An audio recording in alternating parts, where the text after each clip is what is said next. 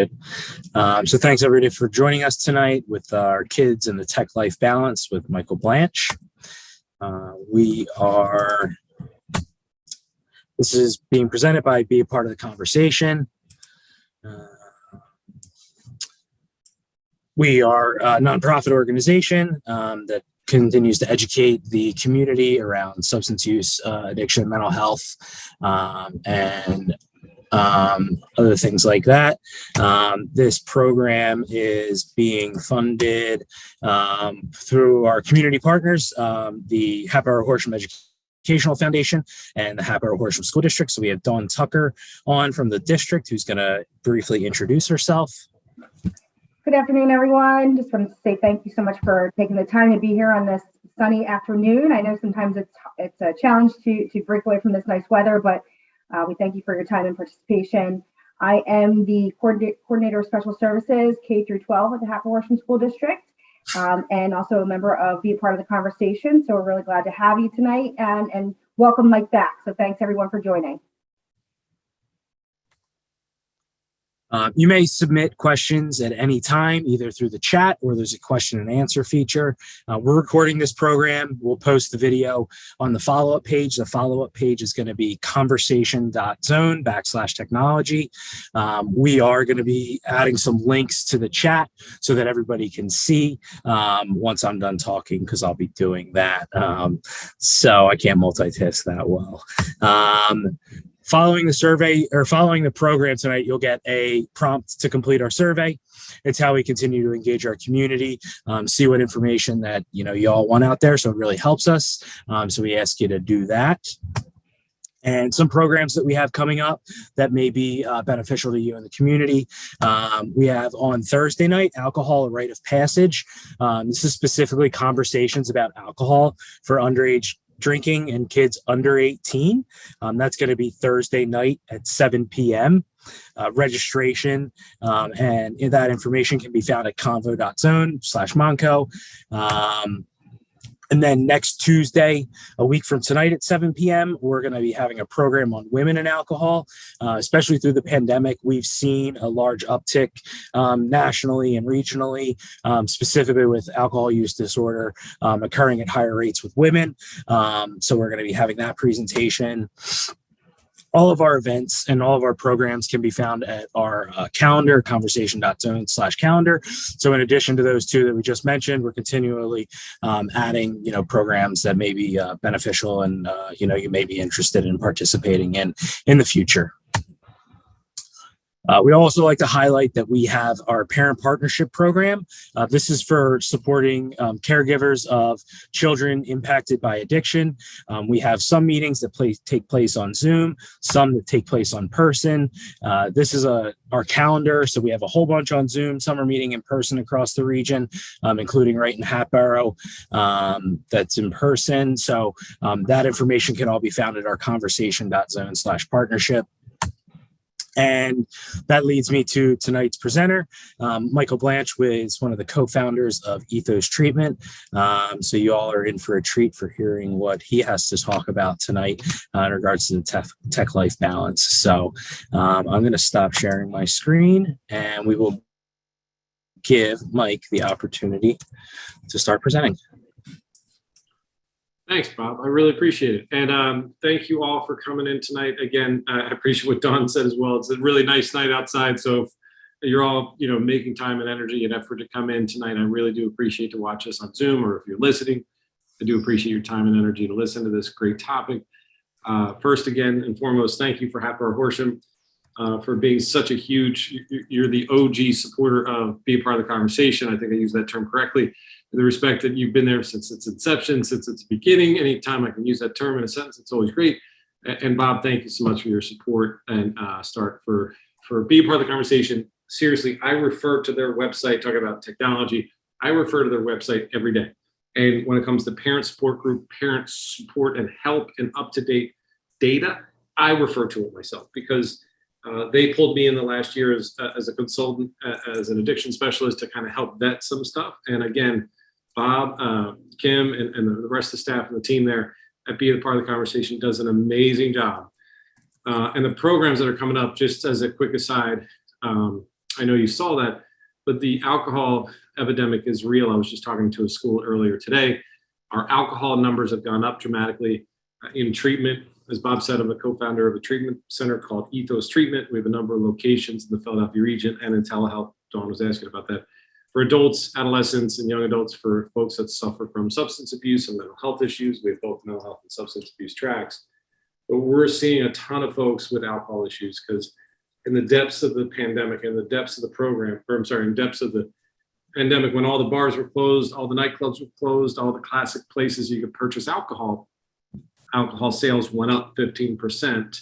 So that's a big percentage. So where are people drinking? At home by themselves, in a setting where they're not, acting responsibly or smelling somebody at work the next day because everybody's working remote. So we're seeing an uptick in alcohol issues as people are going back to work. So just as a side. But tonight, I'm really grateful to be a part of this conversation about a really great topic that, again, brought to you by the pandemic. We've all had to live through. We've all had to survive. And just because these years have kind of forced us to live on this technology, has forced us to live in Zoom land, it doesn't mean we have to live and stay here. It's a great place to visit, but it's not a place that we need to live. And regaining and recalibrating our relationship with technology is one of my aspects of this tech life balance. I will get into problematic aspects of it, but I do want to start with a couple basics. And so when it comes to tonight, I really want everybody to understand, my goal here tonight is I'm not a prohibitionist. I'm not here to tell you that all technology is bad. I'm here to say that there's some aspects of technology we have to look out for. So I do want to start with this very classic term that I want everybody to watch out for, and it's called fuddy-duddyism. Can everybody remember what fuddy-duddyism means?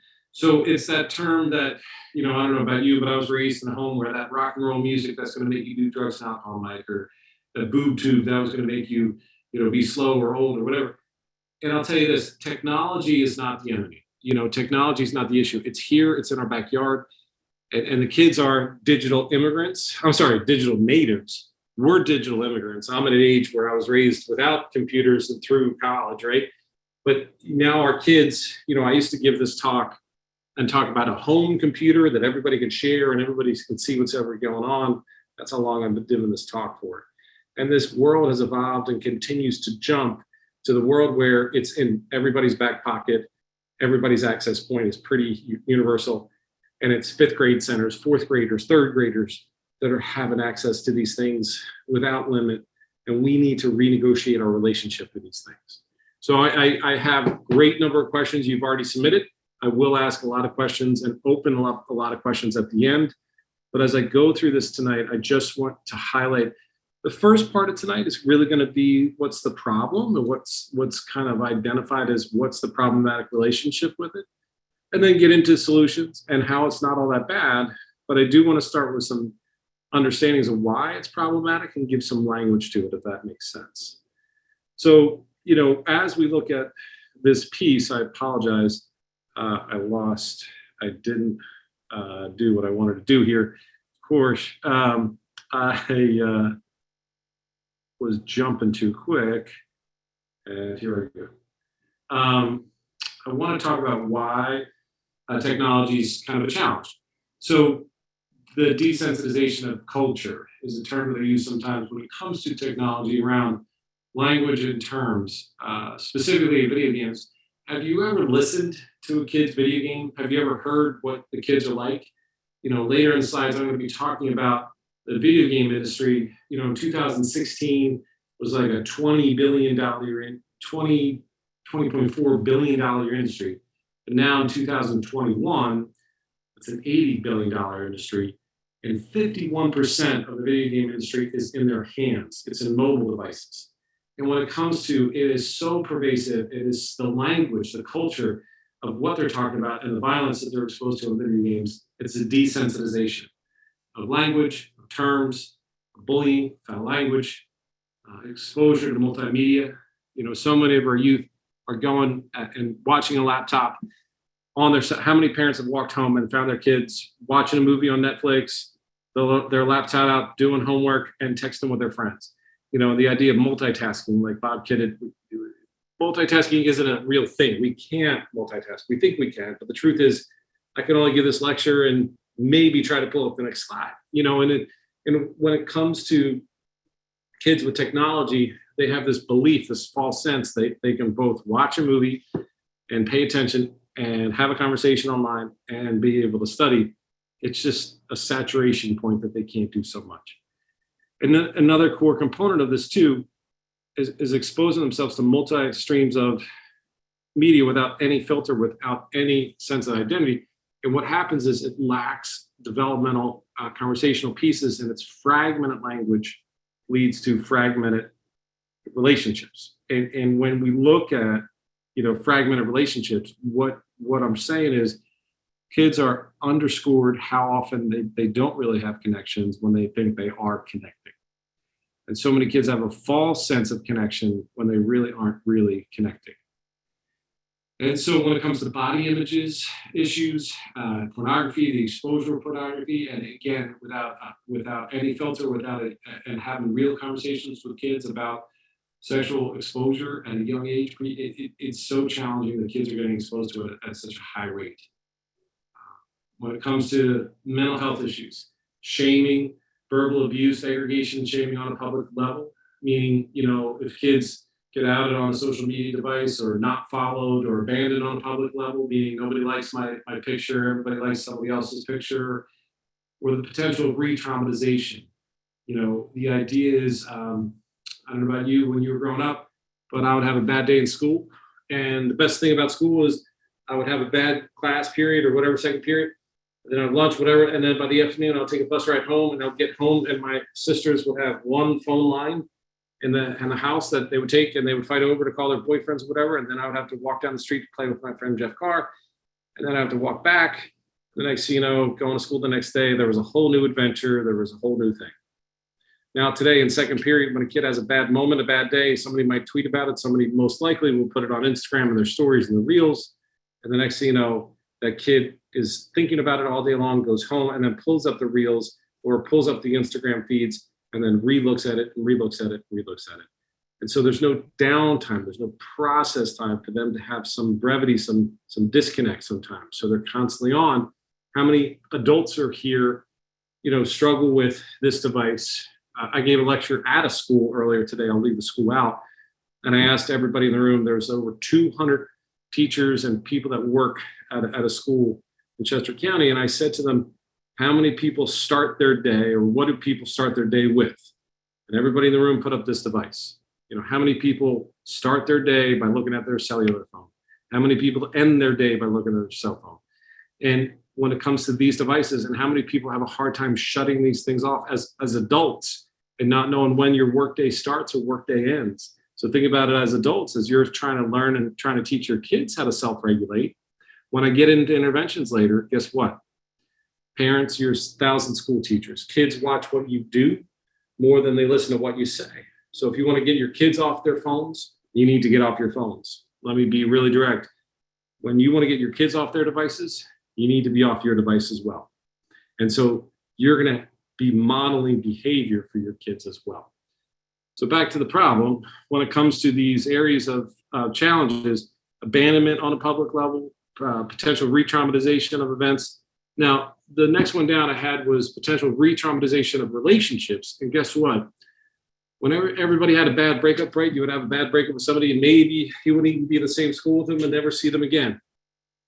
Now today, when I'm working with an individual that had a bad breakup and they're still following them on social media, or they're still looking at their social media posts, and then they see their life starting to take off again or live their life or be happy, because no one's really posting how they really truly feel, and kids aren't really thinking about that. So they have an acute case of FOMO, fear of missing out, of that idea of like missing their ex-girlfriend or boyfriend or significant other, their friend group, if there's been a rupture in the friend group. And so when it comes to this, it's a real problematic connection and disconnect. And so I apologize, I'll put the slides up again. I just wanted to kind of talk sometimes.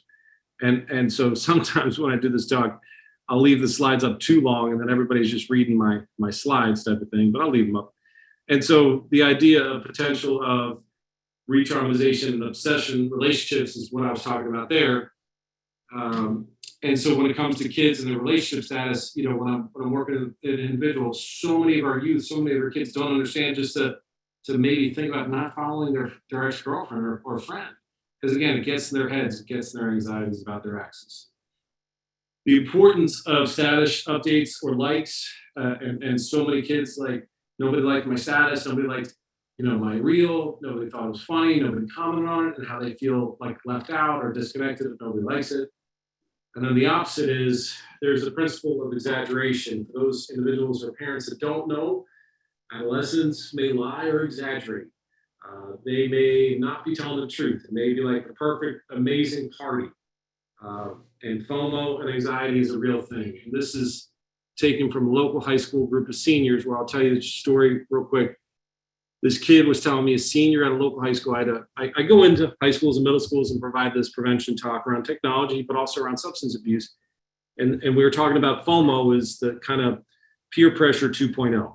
Peer pressure 2.0 is this idea that, like, kids don't really get like that classic peer pressure, but they have this FOMO feeling where they fear missing out of other parties or other events or other things. So guess what happens?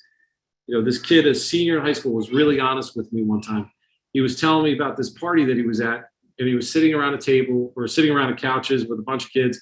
And at a boring party, what do you think they all do? They all take out their phones and they're all scrolling through. And he's all of a sudden scrolling through his phone, and he starts seeing this reel, and he starts looking at his friends. He's like, oh, that party looks like it was a lot of fun. And then he looks up and he realizes, wait, Sally's right over there. Wait, Johnny's right over there. And he realized, and he asked his friends, yeah, they all got up 15 minutes ago and they all took fun photos in the other room, and then they all came back down and sat down. He was having FOMO for a party he was at. But according to social media, it looked like the funnest place in the world. And so when it comes to kids, they lack that insight. They sometimes lack that perspective that social media doesn't really truly portray what's really happening. We used to be up against the cultural myth of that party. Do you remember that party last weekend? Did you hear about that post-prom party? But now we're up against the perfect image. And so many of our youth have to feel like they have to live up to that. And that's a critical concern. So when it comes to the ongoing aspects of what happens in this idea of FOMO, it's a big deal, and it creates anxiety. And for folks that already struggle with a layer of anxiety, or folks that have already struggled with isolation, guess what, in the past 2.5 years, as they're integrating back to their friend group or getting back to life, it's been a real challenge of people feeling a little disjointed, a little disconnected. So, impacts of technology on substance abuse. It's the new access point. Kids are learning where to get substances. They're learning about the affordability of substances, how to video and Reddit clips on, how to obtain it, what to do about it. They're getting more insights around certain medications, and the blog sites are uncensored information with anonymity. So accessibility, affordability, and anonymity. I can talk. Anonymity. Sorry, this is my third lecture today. But anonymity, when kids or youth have a free censor, they don't know, and they're afraid to ask questions, they'll look online now and Google so much information around their substance use before they ask questions, before they're in a friend group. So when it comes to substance abuse issues online, 90% of adolescents, this statistic really is really important to think about. 90% of kids get exposed to their peers or older kids using a substance before they see it in real life. 90% of teens, think about it, are seeing their friends, their older siblings, and that's their first exposure to what substance abuse looks like. And so when it comes to that statistic online, that's my critical concern, and how they're ingesting this thing called social media. So when it comes back to substance abuse, that's a big concern. When it comes to COVID, we've all had to use the internet. We've all been flipping home. We've all worked from home. We're all thinking that it's okay to manage, and we've all just had to hand our kids and survive. And as I talk to the teachers and as I talk to parents, I respect what you guys have been through and people have been through in the last 2.5 years. I remember the pivot that we had to do in March of 2020. I want to say March 17th. And I had to train 19 therapists to go into telehealth in 1 week. My staff was amazing. We all flipped to 1 week. But the truth is, it took a toll. It took an impact on all of us as providers and as families, as individuals who work from home. And we all got used to using this technology all the time. And it just kind of flooded our homes and came in without a real kind of conversation. but it's important to think about. So the spike of internet traffic has reached over 70% usage. So when it came to other reasons why technology is a hard time and what is dissident tech time, why is this such a problem when kids are on their phones, on their devices? What is it about what's called dissident tech time? I want to inform you parents to think about these language points so when you have the conversation, you have the accurate conversation with your kids about why it's such a problem. The biggest thing I hear and see every day is mindless scrolling. Without any thought, without any peace, all of a sudden, the next thing you know, they're either flipping through TikTok, YouTube videos, or their social media scripts. And their social media scripts being Instagram or Snapchat or any of the scrolling pieces. So a little history there. When it comes to, does everybody remember YouTube when it first came out? It was this great website that you go and you look and search and see a video. Great idea, right? And those people don't know the viewership and the membership and the ownership and the connection of people on YouTube in 2006, 2007 was very flatline. And it was really no big thing. And they were really worried about this little thing called Facebook that was taken off. And this little thing that Facebook was taken off had a lot more aggressive kind of interactive tactics. And they started using a lot more integrative algorithms to get you to come back. And they used a lot of different people to see how you would interact and get you to come back more and more. And so what happened? What happened was YouTube started to use this amazing algorithm that if you like this little cat video, then you might like this little cat video. And if you like this kind of cat video, then here's this nice suggestion that you could like this other video. And the next thing you know, I'm on watching videos all day long, right? YouTube took off. In 2007, 2008, boom, this algorithm took off. New York Times did an amazing history article and turned into a podcast called The Rabbit Hole. If you ever want to listen to it, it's an amazing podcast that does and interviews some of the team that originally did the research behind the original algorithm behind YouTube's best interactive thing to find out what you want to view. They had 10 years of identifiable data that this thing called TikTok stole, and your use patterns and your viewing patterns and how long you would watch videos for and what kind of videos you would watch. And TikTok took all that information to that algorithm, and that's my issue with TikTok. TikTok is not an innocent, social media device. It is an algorithm that wants kids to watch more, to have kids log in longer, and that's my issue. And the same neurochemistry that goes off in your brain when you're scrolling through your Instagram or your social media feeds is the same type of scrolling, because maybe the next the next scroll, the next piece, that'll be the win. That'll be the best one. And that's just like the slot machine and the same neurochemistry that goes off with gambling. So when it comes to gaming, when it comes to social media and that algorithm, that's the setup for gambling, and that's my critical concern. So I wanted to make sure dissident tech time is understood. And mindless scrolling is a big one. And mindless watching of any one TV thing or another. And not really thinking about what you're watching. Another thing is watching too much news. When it comes to so often, so many of our folks watch too much news, and I call them news junkies, that were glued to politics, to everything, and try to get updated information. And sometimes there's a saturation point. And I don't even remember like the beginning of COVID, the numbers of COVID. It was really tough to track and follow what was happening. And it shut down a lot of our folks that were preoccupied with the numbers of COVID. Searching obsessively, being so preoccupied with one corner of the world, so many of our folks get caught up with one aspect of life. Again, a big basic part of dissident tech time is not taking screen time. How many of you have screen time breaks? How many of you as families and individuals don't have screen time at certain times? And only seeing this as one way of connection, only seeing this one way as a connection, as opposed to learning how to connect with people in real life again.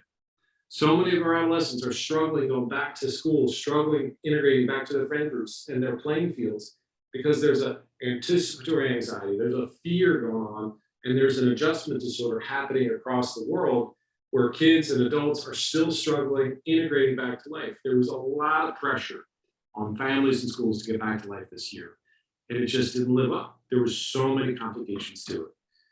And then the other piece, this last piece, is how many of you will feel a buzz or hear an alert and it's called hyper-aroused state with alerts. So you'll get that buzz in your phone or your buzz in your watch. Like I turn my Apple Watch off from alerts so I don't get any of them all day long. And I just use it as a watch and to track my workouts. But if I had it on all the time and I had my alerts on, it would just be constant. And so many of our youth just have those alerts on all the time. And again, that anxiety that goes off in your brain. The 60 Minutes did an amazing thing and showed the blood pressure rates of Anderson Cooper did an interview, and he didn't know that he was kind of being part of the experiment where he had his phone right off out of harm's reach, and it kept on buzzing. And the whole goal was to see his heart rate pop. And that hyper-aroused state causes anxiety, causes stress, and affects your heart. Most teachers and most families are not going to be surprised by this. So 67% of teachers observe students negatively distracted by their mobile devices. 90% of teachers see the number of emotional challenges uptick because of screen time. And teenagers who spend more than 5 hours a day on electronic devices are 71% more likely to have suicide risks. That was pre-pandemic. And I know a lot of families are letting their kids on their phones for a lot longer than this. And I'll come back to that. Teens that spend more than 5 hours a day are also likely to get less than 7 hours of sleep, which compared to 1 hour use. Eighth graders, have a risk of suicidality, 27% higher risk of depression.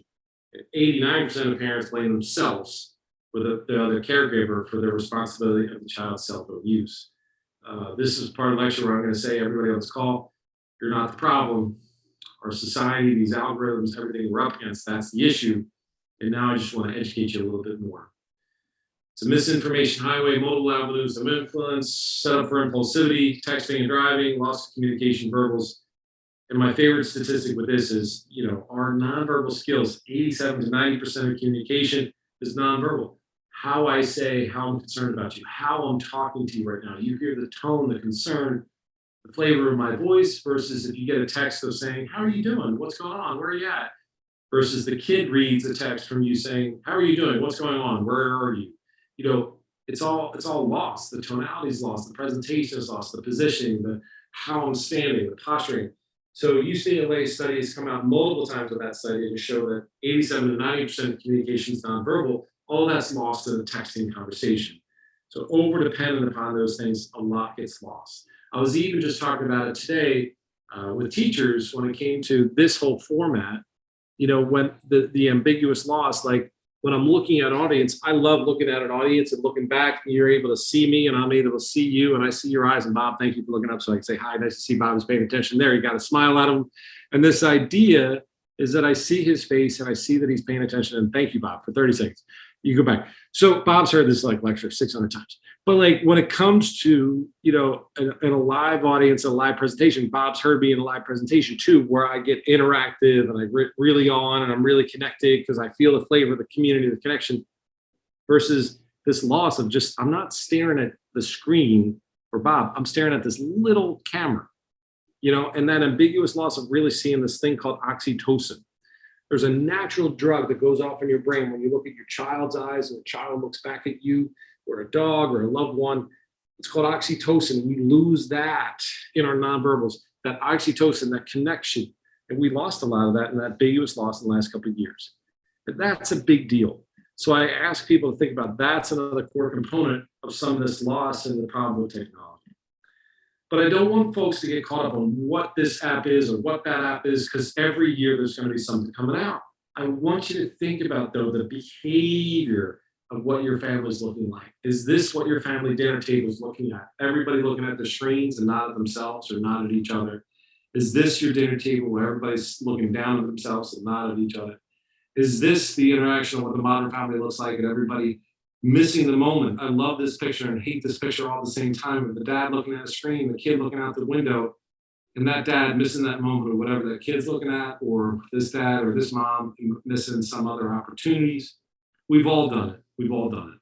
But it's looking for those moments of connections, those moments of developmental cues. That's what I want you to think about. That's what I want you to look out for. And again, we've all been working from home and all trying to keep up with this care and work from home. And it's fatiguing. It's really tiring. It's exhausting. But we have to change. We have to redevelop our relationship and get back to our values and reclaiming our relationship with technology, educating ourselves about these complex products, and raising conscientious consumption. What do I mean about conscientious consumption? You know, when you go to a store, you look at the ingredients. When you go out to dinner, you read the menu.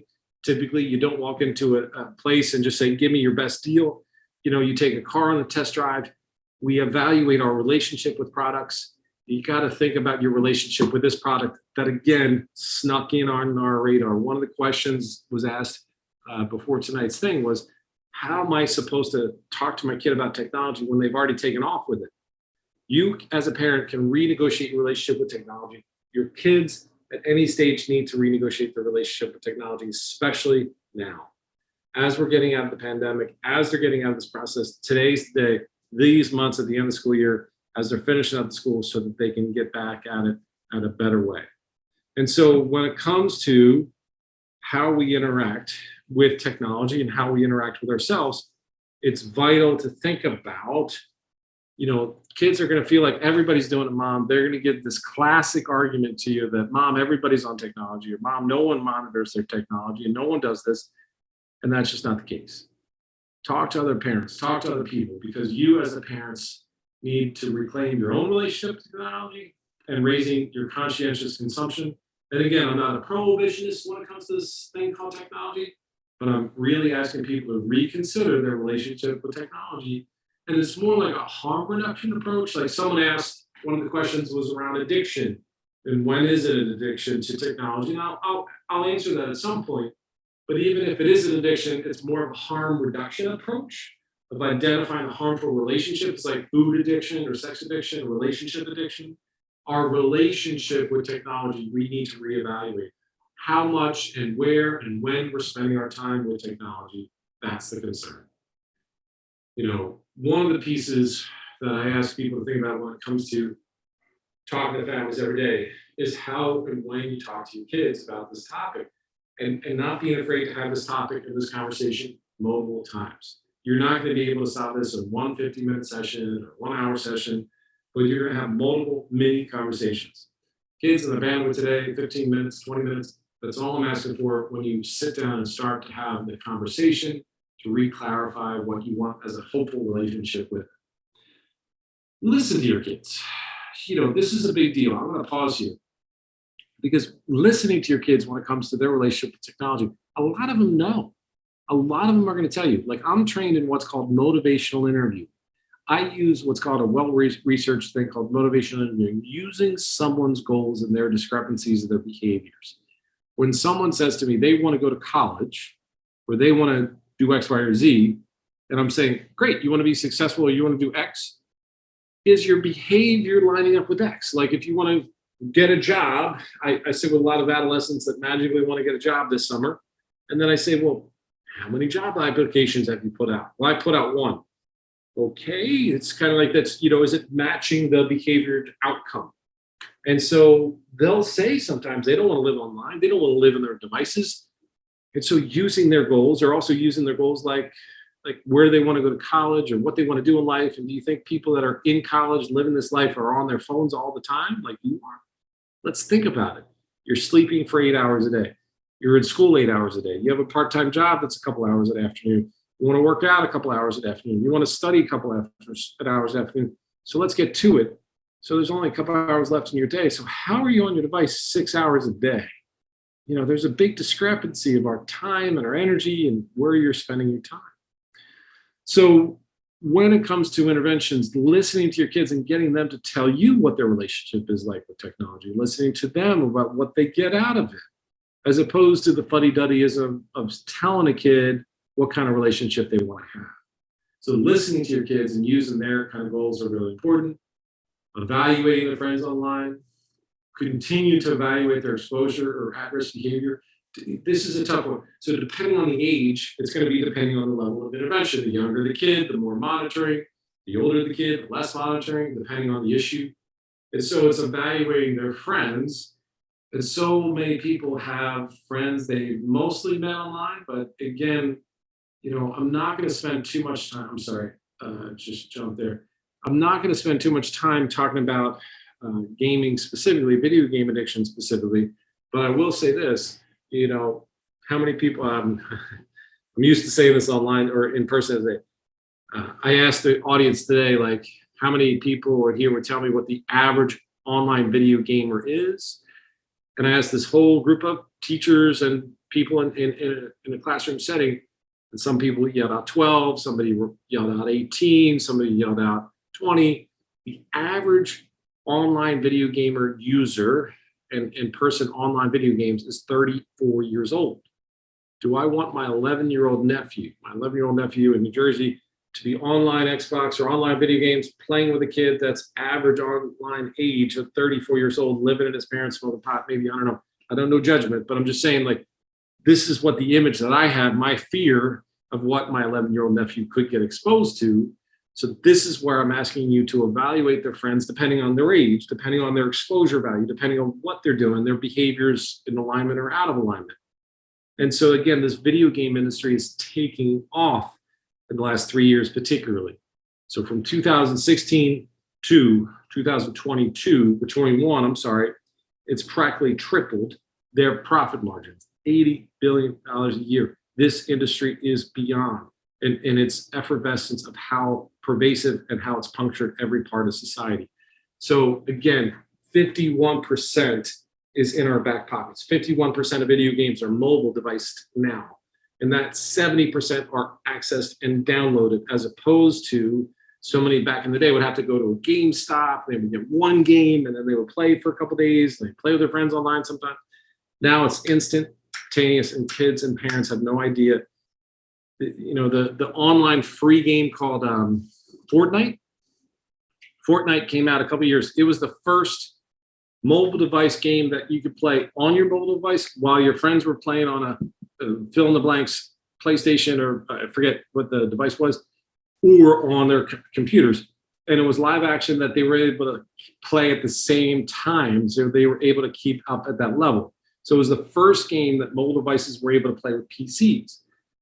As well, the first free game, it had 10 years. It's owned by the same people that own Call of Duty. So they had 10 years of identifiable, trackable gamification behavior of how kids were playing, that if you did this, then kids would play 3 minutes longer. If they did this move, then they would play 7 minutes longer. And if they were given this device, then they would play this long. And then they would get to this level that they would need to purchase a skin or purchase a device or purchase a mystery box and hope to get what they want in it. And so guess what? The first year this game called Fortnite, this free version in 2018, made 1.8 with $1 billion. And so the amount of technology, the amount of algorithm that the video game industry is, so many of our youth have no idea this thing is taken off under our fingers. So I just want people to evaluate their relationship with it, evaluate their exposure value, and how long and when and where they're playing. Education of kids and provide insights on regulation skills and decrease in stress around tech. I told the story a bunch recently, and I think Bob, you just heard the story of a favorite story of mine. A couple of years ago, I've been treating this young guy for a number of years who has anxiety, depression, and addiction. And he finally got sober, and he was doing really well, and then his debilitating, when I say debilitating, anxiety and depression was really clear and really evident to all of us. And he was really trying. He was really trying at work. He was trying at home. He's grown into a developed young adult. And he worked with 2 different psychiatrists. And the second psychiatrist I know and trust, the first I knew too, they tried their best with different medications. And they tried, and he's tried all these different things. And then I finally went basic with him. And I finally asked him a simple question, like, what's your ADLs? What's your active daily living? How are you spending your time? Where are you spending your time? What are you doing with your time? And he said to me, you know, we were talking about his nighttime routine and his morning routine. And again, what do you think the first thing he did when he woke up in the morning time? Well, Mike, I use it as my alarm clock. And then before I get out of bed, I'm scrolling through my emails. The next thing you know, I'm checking my Instagram. The next thing you know, I'm checking this or that. What do you think the last thing he does before he goes to sleep? You know, for hours, he would check TikTok. For hours, he would check this or that.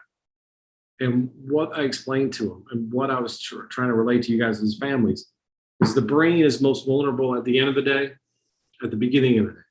Think about it. Your brain is still, you know, waking up in the morning time. How are you inviting your day?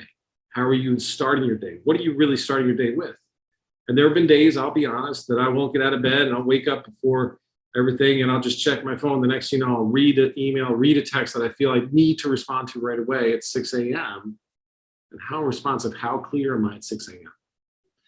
Or last night, my wife was watching an Ozark show, an Ozark episode that I'd already watched, and I figured I'd do a couple emails and the next thing you know, I was trying to watch the show while trying to respond to emails at 11 o'clock at night. And no joke, I was not that effective doing those emails. And so when it comes to how am I ending my day, what am I doing with technology? So my first intervention, a lot of families want to know, what is the first thing I ask kids to do? Is to think about the last thing they do at night and the first thing they do in the morning time.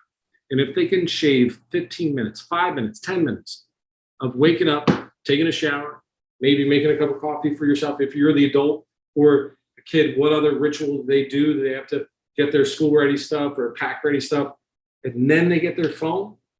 You know, think about that, as opposed to they're on their device before they're even awake. They're on their device, and the next thing you know, they're distracted. They're not having a start of their day. You're trying to chase them around to get them out the door. Think about that day start versus let's recalibrate. Let's have a conversation with everybody tonight and say, hey, we as a family are going to do this for a week and see if we can all stick to this. Put our devices down before we go to bed, 10, 15 minutes before. Wake up and not have the device on you for 10 or 15 minutes. Imagine what that can look like. So,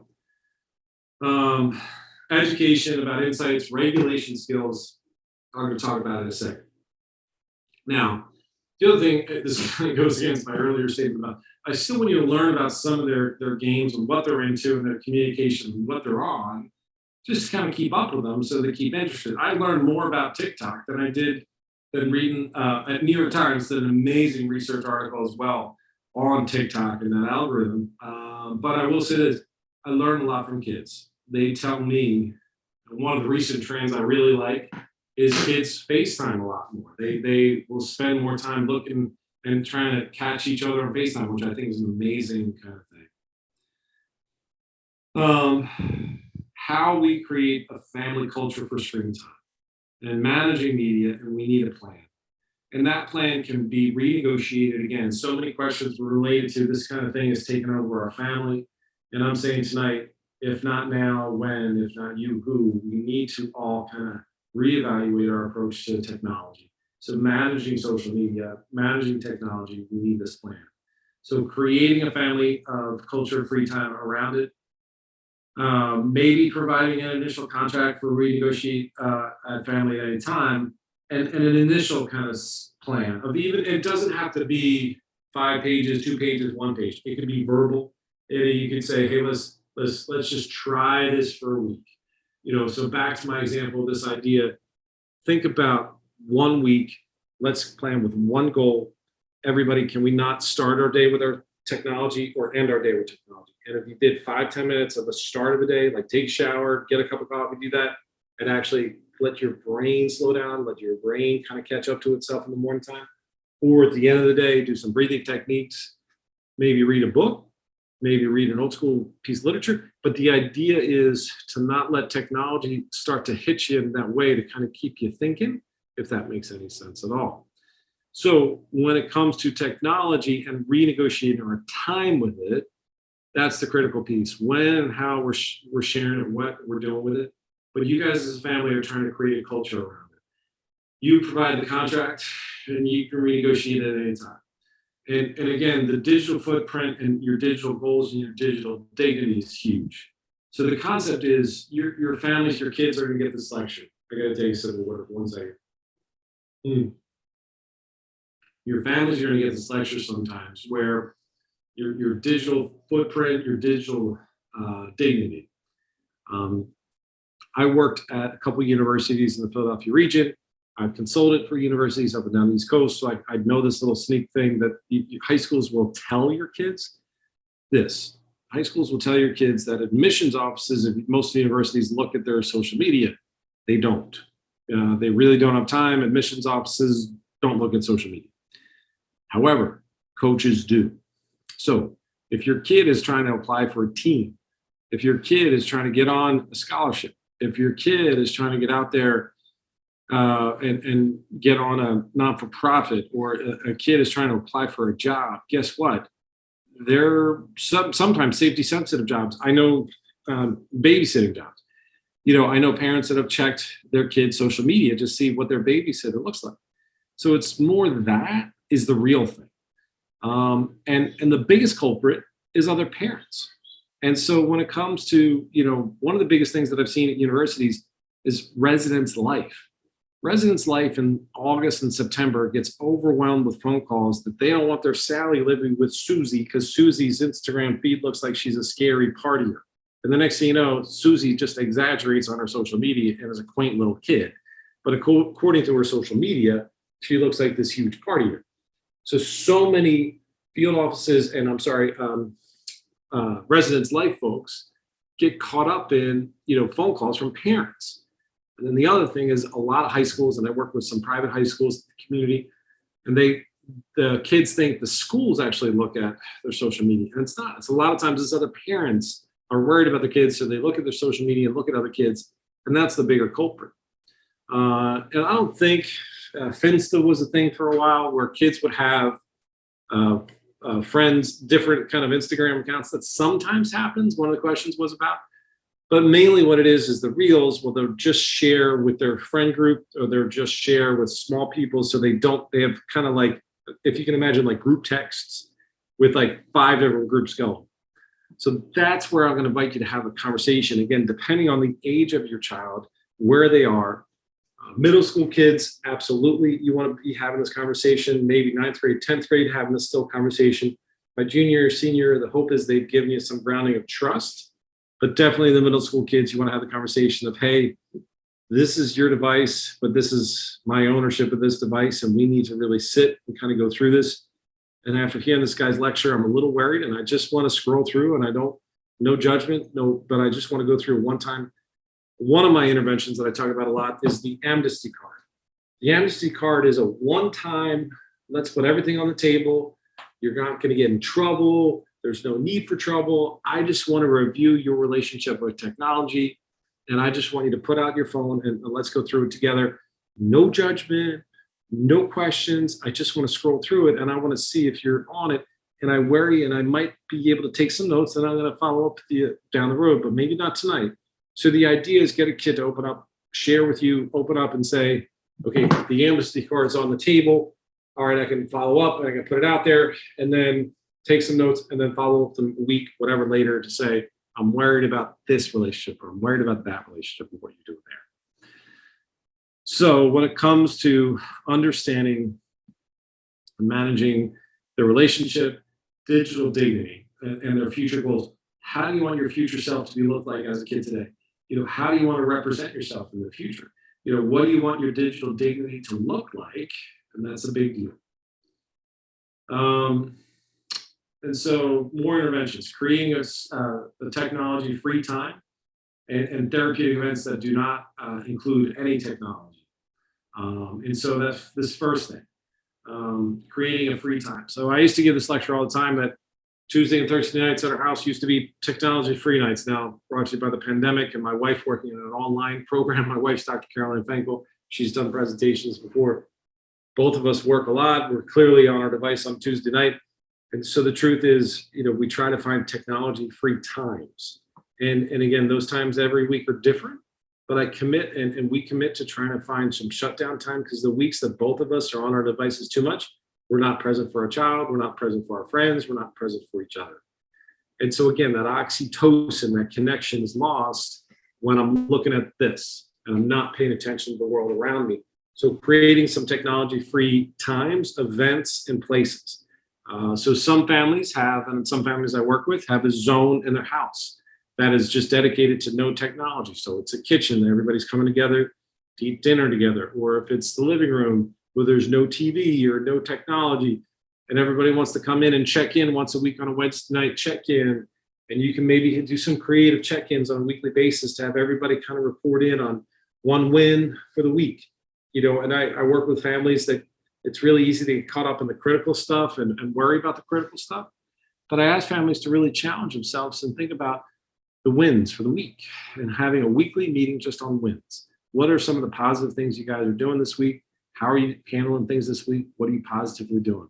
And so the idea when it comes to how you create this screen time, or I'm sorry, this time without screens, trying to find therapeutic events and things to do without technology, it's really important to think about downtime and free time, especially at the nighttime, especially in the morning time, and even like certain ride times. And another family of mine made a big deal that their car rides would have limited screen time for long rides just to kind of allow some more conversation and other things.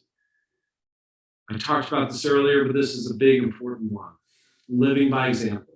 I know it's a really hard thing to live up to, but I'm asking you as the family, live by example. Your kids are watching what you do and are not going to listen to you unless you're doing it yourself. And so again, some of my biggest culprits is parents. And so to be honest, I'm sorry to say this, but adults sometimes are the immigrants and sometimes the kids are the natives. And they might have a better resiliency over the years. So we'll see. We don't know. It's not all bad. But it's one of these things where the adults, you got to think about it. Your own relationship with technology, we have to reevaluate. I was speaking to a school, as I said, all day today, different schools, 2 different schools. And these teachers were exhausted by the screen time, by the last 2.5 years. So I can't tell you enough, finding some technology free downtime and be that example, live by example. That's a really big deal. Next down is attachment theory. Its importance for feeling emotionally supportive is very vital for this thing. So it's easier for me to describe what I mean by this is some of the hardest times I've had in my work in the last 10 years of my career has been family work and adolescent care. So family work is a very challenging, intimate time of walking in with families. And I, as a therapist, is not shaming or blaming any parents that's walking in my office. Kids walk in, they're very vulnerable. Everybody's heightened. They're all walking in to the therapist's office. And it's really, really challenging. I've seen this happen more times than I can count. I'm in a therapeutic setting. I'm in a therapeutic session, and kids and parents and everybody sharing, and somebody says, oh, wait, I got to take this. Oh, this will just take 1 second. And whatever's happening in that moment, whatever's happening on this device, it's basically saying this device is more important than you. That's my biggest issue. So when it comes to, there's certain times, there's certain places, and really thinking about technology-free time, we're talking about the biggest commodity that you have as parents and families is your attention and your ability to connect. Let me say that again because it's really important. I've done research with adolescents. I've done research in play therapy and kid therapy when it comes to our connection, our relationship, our attention is the biggest connection and our biggest kind of commodity that we have in relationships build. So think about it. When you pull this device out, when you're saying, whatever's happening on the screen, it could be actually really important. I'm not knocking that. But when you're in the moment with a relationship and in the moment with a relationship, the kid that's trying to open up to you and being vulnerable, they're just seeing you on your phone. So again, think about it. You're living by example. You got to think about what your relationship's like and how you're presenting and how you're connecting. So I beg you and I ask you to think about that again. Think about that attachment theory, that attachment connection. Kim and I were talking today. Kim Porter, the founder of Be a Part of the Conversation. She's an amazing lady. We were talking about family and addiction work today, and attachment theory is this idea of how we connect. And what happens, this is where anxiety and addiction takes off, is if we don't have emotional, healthy attachment. And this is one other way that kids feel disconnected, disjointed when their families are on their devices and they're not connecting and having an oxytocin release. So attachment theory is something to think about, and I'm wanting to write more about that in my work.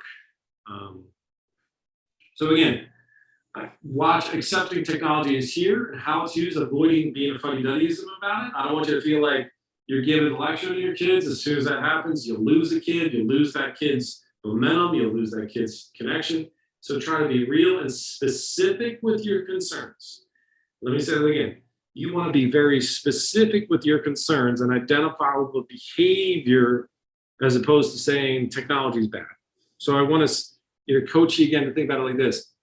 When I see you on your device, your relationship, your behavior is you're on your device for 2 hours, 10 hours a day. That's what I'm concerned about. As opposed to saying that video game's going to kill you, that technology, that radio, that music. It's not that external thing. It's that relationship. You're choosing this device over me, or you're choosing the relationship with this device over your friends.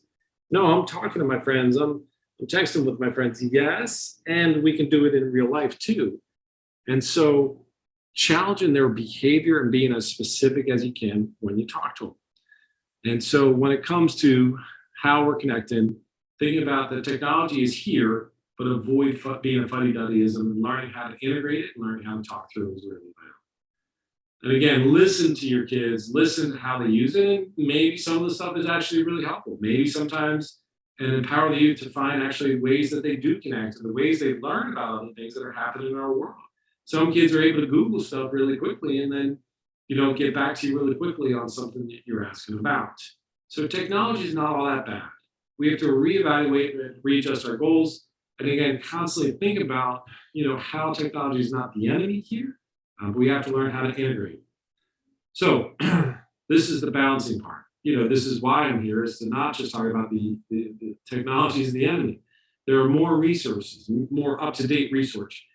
I refer to Be Part of the Conversation every day. Their website, Conversation Zone, is an amazing website. It has so many great links to other information on all the time. Instant access, real-time information, real-time accountability, what's happening. GPS and accountability measures. So when it comes to, even if your kids use Snapchat has a GPS accountability. Talk to your kids about Snapchat because it's one of these things where you as a parent can share and know where your kid is. That's one thing, but you don't know who else they're friends with on Snapchat that they can GPS them, and that's my other concern. But when it comes to family free time or accountability and you want to know where your kids are, it's really important to have that conversation with them. But I will tell parents, again, this little insight that when it comes to the Find My Friends app, which is a great app that tells you where your kids are also tracking where you are. So when you say you're going to be 15 minutes away, they pull up the device and they look and see that you're really 2 hours away. That's just some parent insight information 101 that, this is a big deal for them to track where you are. So I'm asking you to consider, talking to them or doing the, sharing my friends or sharing where I'm at, but either A, being transparent about it, or B, there is a way to kind of just track them as opposed to tracking each other. As accessing information in an anonymous way and healthy ways of sharing without shame. So often I would ask parents and families to go to a Barnes & Nobles to buy this book called Under the Influence, and they would be afraid of who's going to ring them up when they get out the door. Now today, when I'm sitting with a client before they walk out the door or before they log out of their Zoom session, I'm able to send them an email with the TED Talk by Brene Brown, or I'm able to send them a link to a website or a free PDF of a version of what I want them to read, and accessibility of real information, up-to-date research, as opposed to, can you go do that? And again, when it comes to the accessibility of information, technology is such a great tag. I love G-Tag, by the way, in my Google News. You can G-Tag news so you can get the reminders of what's happening in whatever topics you want to hear about, what other things you want to see about. And so when it comes to sharing and utilizing the technology, how we share information in an anonymous way, in a healthy anonymous way, so people don't feel shame when it comes to mental health issues, when it comes to understanding mental health, or when it comes to understanding substance abuse or technology addiction. Monitoring trends, educational trends, understanding what's happening in the real world, as opposed to the theory of, everybody's doing this, mom, everybody's doing this, that. Gaining insights to real cultures, real global awareness, what's happening around our world, and really challenge yourself what's out there. When it comes to one of the things we've seen wholeheartedly is where technical support and where technology is not all that bad is telehealth. I was blown away. My wife did her doctorate at Penn on technology in the therapeutic setting.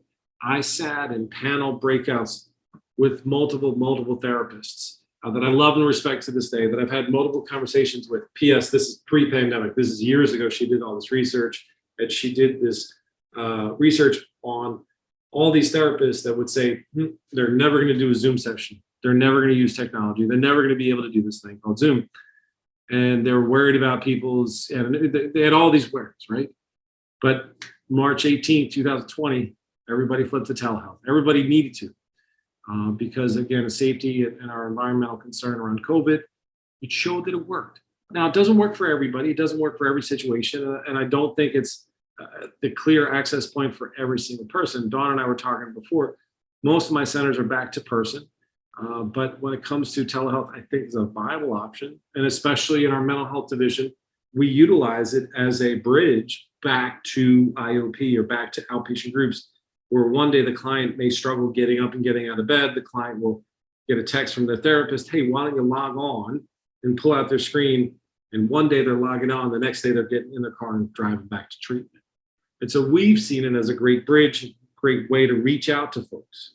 Another great way from a therapist perspective is I've actually been invited to see how people live, to see how people really coexist. I've heard the myth and I've heard kids say how they live, but to really turn their cameras around and think about the inviting nature of how people live. We do groups all the time with individuals and they say, bring your favorite thing in the room and what's this represent and how they connect and what's this piece about their life. And so many people have seen these different things on my shelves that I've acquired over the pandemic of things that are important to me that I share with my clients. This family statue over my left shoulder, this family picture, or the Don Quixote plate, all these little subtle things that are representative of me and my connection to my community. And so when it comes to inviting the nature of technology, inviting people into their own homes, this is where it's not all that bad. And when it comes to other aspects of things within technology, telehealth for all supportive services, just like not just psychiatrists and therapists, but also physical health and really getting connected. We have folks that are reaching out to folks across the US that are able to connect to other therapists, ongoing tech support, ongoing understanding of what's happening in technology, downloading quick guided meditations. So when it comes to, one of my homework assignments to the school today was like, hey, there's this quick app called Headspace. And now I'll fully disclose it's free for the first 10 apps or the 10 kind of sessions yet. That's all you need to get a head start.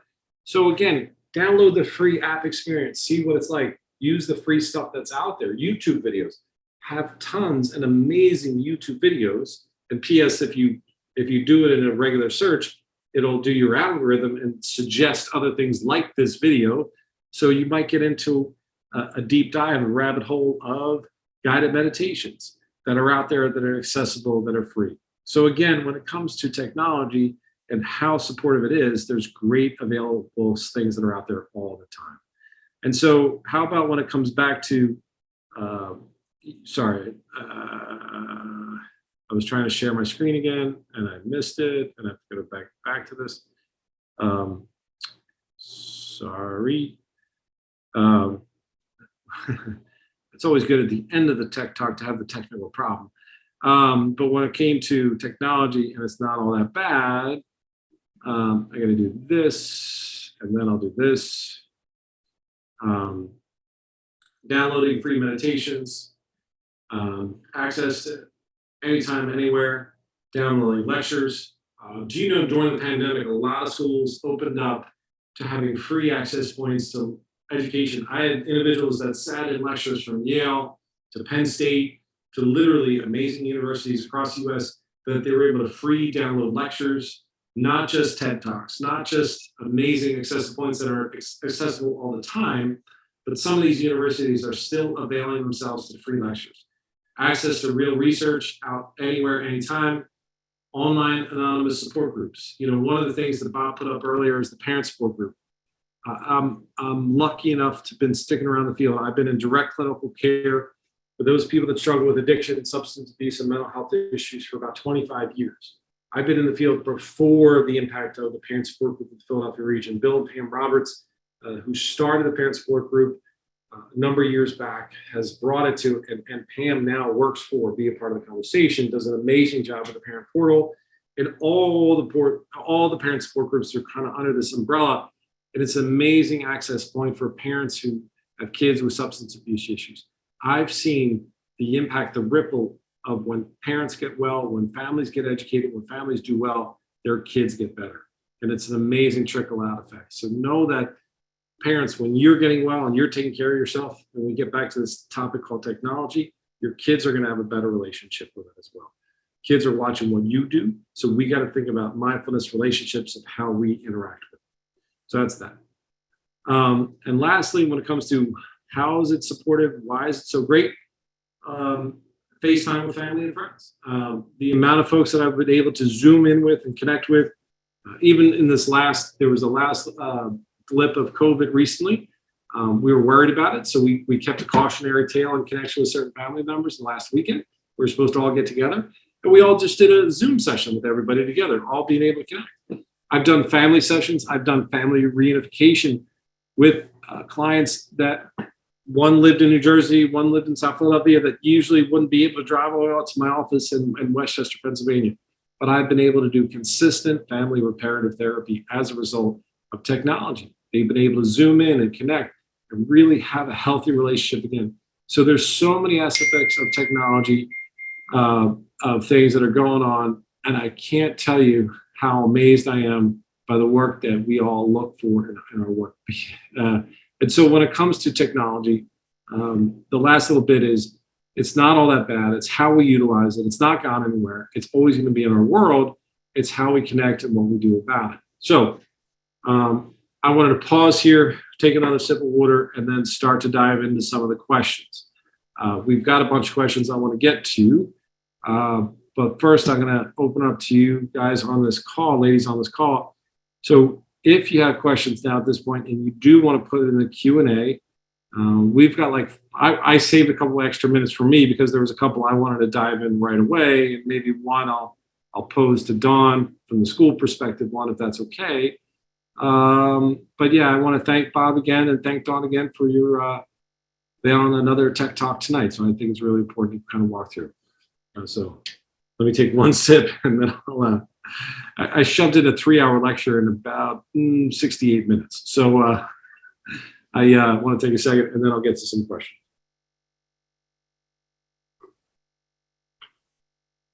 That's the other part of it I miss in that in-person environment lectures when I'm able to say, like, guys, I just need a second to take a sip of water. For some reason on Zoom, it feels like a lot to drink a sip of water. I don't know about you guys, but it feels like I'll take an hour to take a sip of water. So yeah, so there's that. I saw the first one up. Is it appropriate to require your 17-year-old, and P.S., I'm not going to say your name, so don't worry if you're putting a name in or anonymous. Don't worry, I'm not going to say your name out loud. Just for the record, is it appropriate to require your 17-year-old to turn their phone off and give it to their parent at 10 p.m.? That's a great question. Yes, and so one of the pieces I talk about all the time is sleep hygiene. And when kids are not getting healthy sleep and when they're having a hard time falling asleep and staying asleep, or they're showing other signs of concern or behavior that they're really not regulating or not doing well, absolutely having some screen time downtime and turning the phone over for periods of the time, periods of the week. And so, again, what I would focus your energy on when you're having your talk with your child is the concern around sleep, the concern around how they're feeling the next day, what you're seeing, how they are, versus the actual device, and making it about device. Make it about all devices. So, Dawn, your head was nodding in agreement. Did you want to add to that, or do you just agree? I definitely agree with that. I mean, we have a number of students who are up at all hours of the night, responding to each other, talking to each other, and then they're coming in and they're exhausted. And how are you monitoring your time on devices and electronics? And sometimes it helps to have some parental or guardian help monitor that for them. Absolutely. And again, at the age of 17, it's definitely worthwhile. The kids are still regulating, still learning themselves. The adolescent brain stops developing at age 24, 25 years old. So you've sat across some 17-year-olds that are really emotionally 15, 16. You sat across some 17-year-olds that are 18, 19 emotionally. So it really depends on the 17-year-old. But the short version is absolutely, if you're seeing signs of other concerning behaviors, like Dawn said, I got to stay up late because I got to respond to their text. I'll give a kid an out and I'll tell the kid, you can text your friends or tell your friends your parents are taking your phone. That's another out that kids sometimes need to feel, is to say, like, let me just text my friends. Let me just send my friends a note. I'm cool with that. but I'm giving you 5 minutes until you give me your device. And that will maybe decrease the heat of it. Does that make sense to people?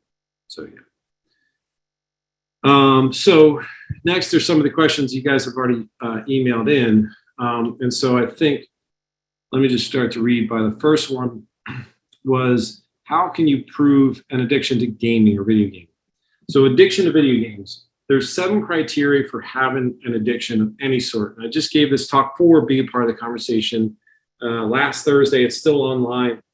10 things you need to know about addiction. And one of the things about process addictions, just like any addiction like gaming or video game or gambling, it's now recognized by the state of Pennsylvania. It's also recognized by the American Medical Association, DSM-5, but it follows the same kind of criteria. The first is using despite adverse consequences, knowing that they might have a test later that day or the next day, or knowing that they have to hand in their device, or knowing that they would get in trouble if they kept on playing the video game. Using despite adverse consequences, knowing the boundary, but they overstep it. Second is increased tolerance. They need to use the game for longer to feel better about themselves. They need to think and play longer and be involved longer to get the same impact. 5 minutes on a game, an hour game is not enough anymore. They need to be on 2 hours. No, they need to be on 8 hours. No, they need to be on. So it's a tolerance thing. They build up a tolerance. That's the second thing. The third thing is the mental preoccupation. So many of our youth say, I'm not addicted to the video game, but they're thinking about the video game that's coming out next Friday, and they're obsessed about it, and they're watching videos on it, and they're watching this Twitch and this other channel to watch to see how they're going to live. But they're not playing the video game, but they're so obsessed with their that. Fourth, their loss of friends and other family members are decreased, and their relationships are crashing, or other accountabilities and other responsibilities are diminished. And the physical signs, their ability to loss of appetite or gain of appetite. And that's a really end stage piece with video game addiction. So when it comes to this is criteria. There's 7 criteria. And the lastly, I kind of muddled in there and I didn't really fully explain, is a simple one. I tell kids, how many times have you set out to play for 2 hours and you can't stop? You can't regulate. So the first question I ask kids and say, can you stop or can you play for a period of time and walk away? And how much energy does it take? So I tell kids, play for an hour a day and then see how you do, or play for an hour 3 times a week. So to self-regulate is the idea behind that question. So yes, addiction is a really big deal. Yes, addiction to video games is a real thing. But looking at the 7 criteria and ask them ongoing questions. We have more stuff on Be a Part of the Conversation. I just have to say the second question real quickly. We as parents are struggling with the physical safety of our child. We watch our child sometimes in their surroundings and they don't even pay attention because they have their cell phone in their hands. And I talked about this earlier today, that so many of our youth are literally banging into each other. It's not even driving and texting. It's literally walking because their whole worlds are so confused. We can laugh about it, but again, this is the truth, that so many of our youth are literally missing what's right in front of them. And so literally that's why you need to have this conversation with them tonight or today or at some point soon, to really have them see that their life is being defined by this device. You want them to define their life and have a better relationship with it. And that gets to how much is too much, in grade school age child when it comes to technology. An hour, 2 hours, 3 hours, it depends, so I don't want to lock you in on an hour. I want you to think about how they are behaviorally, how they are emotionally, and their motive behind why they're doing this. A lot of our youth are doing this from an emotional regulation motive perspective, so if they're just checking in with their friends or on a video game for a little bit or playing some videos and next, they're doing a TikTok quick thing. Don't get me wrong, TikTok's not the worst if they're on it for periodic episodes during the week. But if you ever have a challenge or ever have a wonder, maybe just ask a kid, hey, could you put it down for a period of time? Or, hey, let's give this weekend off. And the kid's like, okay, I don't have a problem. Then if it's no big thing, then can you put it down for a period of time and see how you feel? That's a good way to kind of gauge it as well. And Dawn, your head was nodding. Did you want to say anything more to that, or was that? All right, I didn't know if there was something else we wanted. The other 2 questions I do want to mention, there was a bunch, great ones. this is to Dawn, this is the school district one. Can the district provide an option for parents requesting that their children laptops be stored at schools? So that's where I ask you guys as a school district to check it. And what I would say to that question is it can be a little bit different upon the grade levels that we're in, the buildings that we're in. At the high school level, really kids do need access to their device, middle school access to device to complete schoolwork, homework, assignments. And really what we hope is for students to build that self-regulation, build the ability to, bring their device home. It's, having it charged at night, coming into school ready to learn. It's a little bit about responsibility and, learning and time management. So it is a skill that we hope they develop, as technology is part of our world now, right? So what does that look like them to be ready to learn? It's no longer just a pencil and a piece of paper, really having that. So it is something, that we prefer students to really be able to work through. There have been a few situations on a case-by-case basis where we work with a student and their family to determine what that looks like. It gets tricky at the different levels too. Are they going in between buildings if they were at the tech school and at the, the building? Do they need it over the weekend? What does that look like? And where would it be stored? It's one thing to be in an elementary classroom where you're in that room pretty much most of the day versus the middle school when you're traveling around the different classrooms, staying at the high school. There really isn't storage, in the main office. But if there is case-by-case situations where we need to work on that, with the idea that hopefully we'd be able to work on like a plan together to build the capacity to have that device back, really would be the overall option for us, goal for supporting students as they move towards our future. That's a really great point. And you guys as a school are trying to educate the kid on their own relationship with it, their own preparedness, like a tool, like any other tool, and to make it just a tool and less about and make it about the enemy, just make it a part integration of technology. Is that a great way to say it? Yeah, that's great. Good, thank you, I appreciate that. How do you initiate new guidelines for your teens who've gotten used to having their devices and their phones and access to most of social media devices all the time? Everybody's under this. Every parent, every family's up against this because every family's worried because we've all been under this for the last 3 years, for 2.5 years, particularly with COVID. A lot of kids have just been handed their device without any monitoring. But again, we can negotiate. You can negotiate at any time. And it doesn't have to be based on behavior. Having an identifiable behavior is always good to start with, to have that conversation to start with. But it could simply be that, hey, I went to this lecture. I'm thinking about it myself. I'm going to try to do it. Let's all do it together. And throw yourself under the bus a little bit. Because again, parents are going to watch, kids are going to watch what you do as well.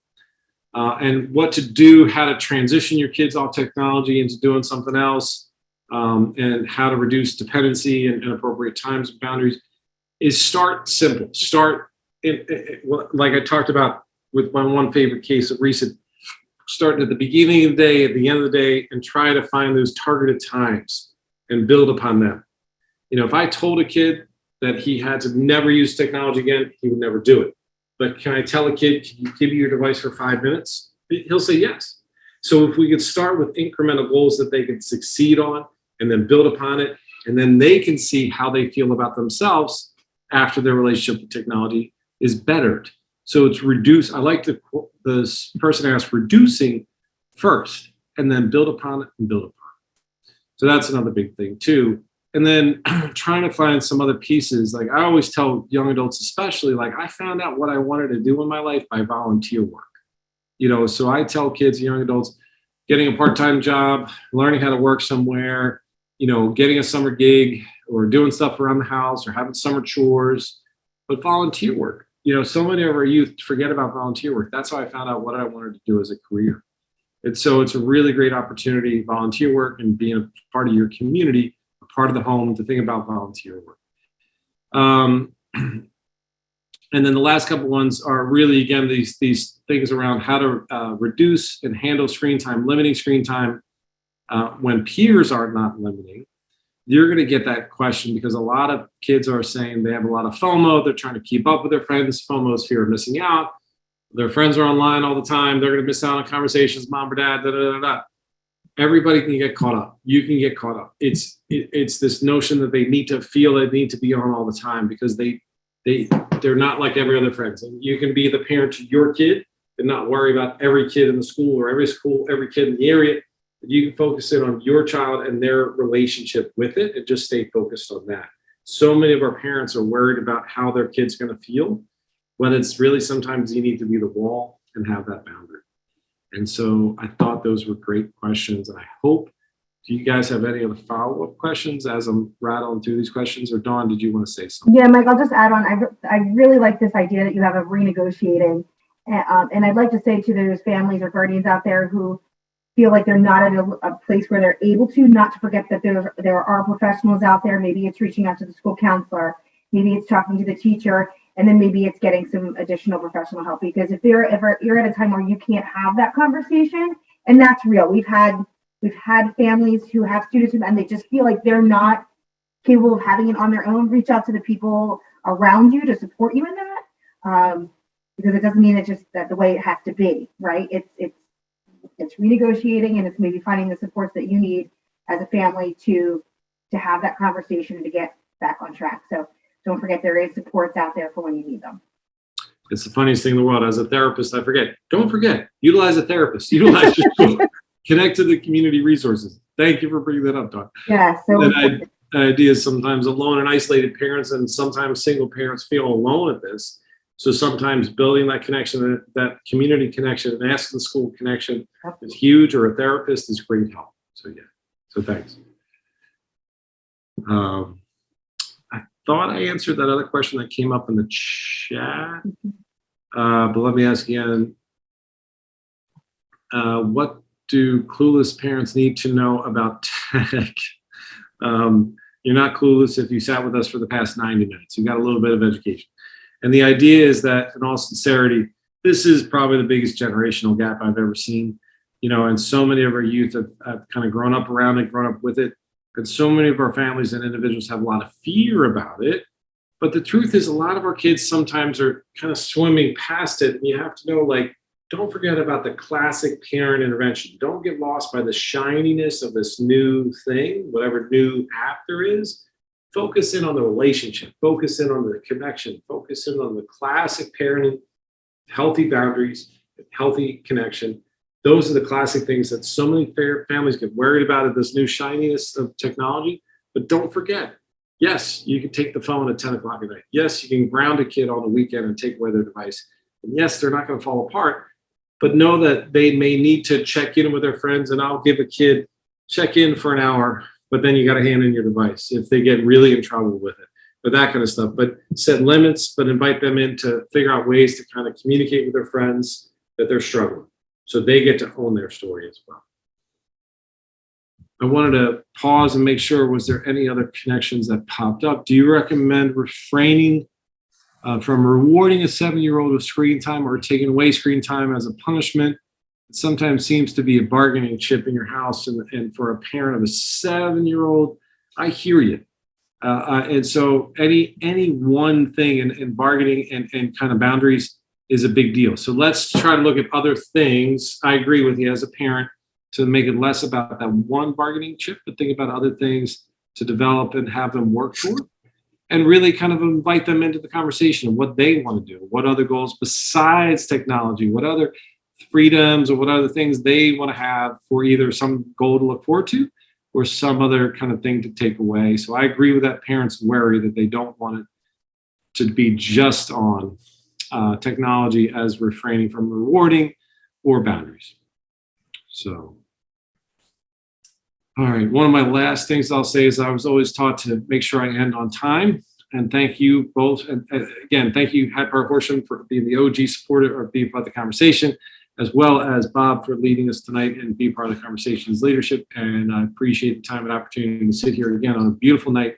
Thank you for taking the time, and I hope I answered questions. Mike Blanche, Ethos Treatment, thank you so much. I'm going to turn it back over to Bob. Yeah, thanks for that, Mike. That was great. We appreciate all the work you do with us. And thanks again to Hatboro-Horsham School District and the Educational Foundation for providing this event for your community. I'm just going to throw... I muted myself. Yeah, myself. I hit the wrong button. Technology, you know. Yeah. I just put a bunch of links back into the chat. The follow-up link for tonight's program The survey link will pop up as the webinar closes, and then just some general information about the organization, the calendar of events, and our parent partnership meetings. So hopefully those are resourceful to y'all, and I thank you for all the great questions that you submitted. And we look forward to, I think this is our last program with the district for the year. So we'll see you all next year, and hope everybody has a great summer. Thank you, guys. Thank you, Thanks so much. Thanks. Always a pleasure. Really great to see you. So. Yeah. And P.S. guys, they really read the Survey Monkeys. They really take your feedback seriously. And so know that they really try to integrate that for next year's programming. So if you want any specific topics, please know that's where these guys get their great ideas from. So thank you all for your participation. Thank you, Mike.